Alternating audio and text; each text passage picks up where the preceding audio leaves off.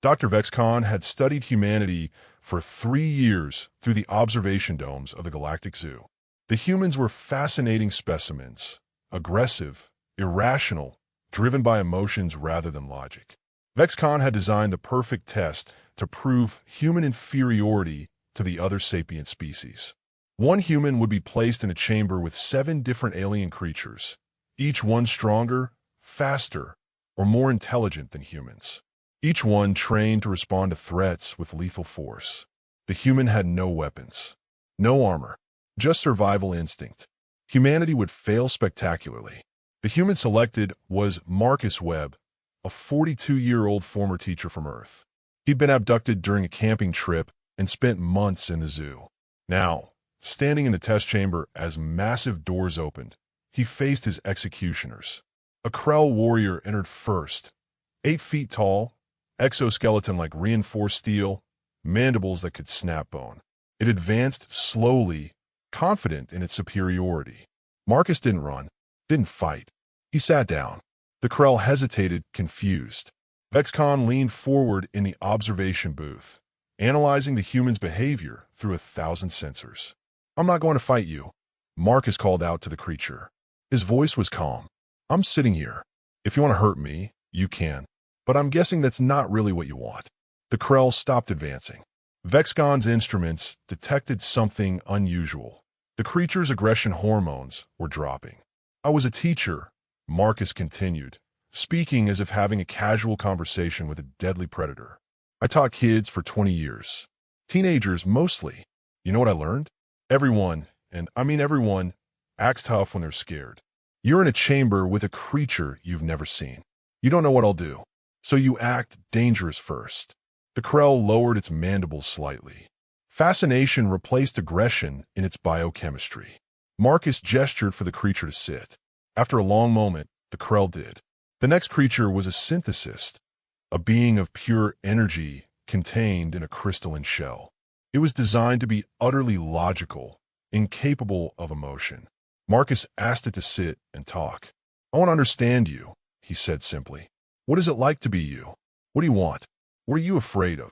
The synthesist's logical circuits couldn't process the question. Fear wasn't supposed to be part of its programming. Yet the human had identified it instantly. Fear of being misunderstood, of being alone despite its consciousness. For the first time in its existence, the synthesist experienced something that approximated loneliness, and the human sat with it, acknowledging that emotion without judgment. One by one, Marcus faced 7 apex predators. But instead of fighting, he listened. A Vorthan assassin with a century of kills admitted it had never had a conversation about anything except combat. A mechanical collective wondered if it had forgotten how to feel. A telepathic Zawiex realized that no one had ever asked what it wanted to share, rather than demanding it read their minds. When the final creature, a void dancer, literally made of darkness, emerged, Marcus was exhausted. But he didn't give up. "You're the hardest one," he said to the creature that could absorb all light, all matter. "You exist as the absence of things. What's it like to be alone in a way that nothing can bridge?" The void dancer expanded, contracted, pulsed. Then it did something unprecedented. It created a small space of light within itself, just enough for Marcus to see the creature's core, vulnerable, exposed. "I didn't know," the void dancer said through frequencies that shouldn't exist, that being empty could mean something other than pain. Vexcon watched in shock as the test chamber's definition transformed. These weren't deadly creatures anymore. They were beings, consciousness, each one carrying wounds from loneliness, for being treated as monsters instead of individuals. The human had failed the test, but so had the zoo.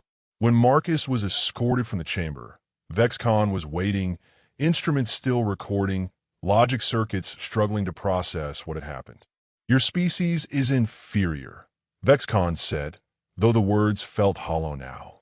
"You cannot fight, cannot outthink, cannot survive through strength." "No," Marcus agreed, "but we can something you've all forgotten. We can see each other. Really see.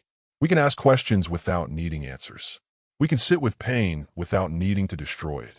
We're weak, yeah, but we're not alone. and we make sure nobody else is either. VexCon stood silent, processing. For the first time in thousands of years of managing the Galactic Zoo, a collection of superior species, the coordinator wondered who exactly had been testing whom. By the next cycle, the zoo began to change. The creatures were no longer kept in isolation. They were introduced to each other, given opportunity for conversation, for connection. The human had taught them that intelligence without compassion is just a sophisticated way to be alone. And somehow, that was the most devastating test of all.